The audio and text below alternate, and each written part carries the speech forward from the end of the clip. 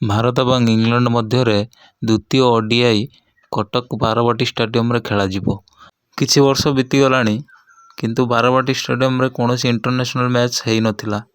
ତ ଏବେ ବାରବାଟୀ ଷ୍ଟାଡିୟମରେ ଯେଉଁ ଇଣ୍ଟରନ୍ୟାସନାଲ ମ୍ୟାଚ୍ ହେବ ସେଥିପାଇଁ ବହୁତ ଜୋରଦାର ଭାବରେ ଷ୍ଟାଡିୟମଟିକୁ ବନାଯାଉଛି। ଆଜି ଡିସ୍କସନ୍ କରିବା ଆପଣ ଟିକେଟ୍ କେମିତି ପାଇବେ, ଏଠି ଅନଲାଇନ୍ରେ ଟିକେଟ୍ କେବେ ବିକ୍ରି ହେବ ଆଉ ଅଫଲାଇନ୍ରେ କେବେ ମିଳିବ। ଆପଣଙ୍କୁ ମୁଁ କିଛି ଲିଷ୍ଟ ଦେଖୁଛି, ଆପଣ ଦେଖନ୍ତୁ ଆପଣଙ୍କୁ ବାରବାଟୀ ଷ୍ଟାଡିୟମରେ ଆପଣଙ୍କର ଦେଖନ୍ତୁ ଏଇ ଲିଷ୍ଟ ଆପଣ ଦେଖିଦିଅନ୍ତୁ, ସ୍କ୍ରିନଶଟ୍ ନେଇଯାଆନ୍ତୁ।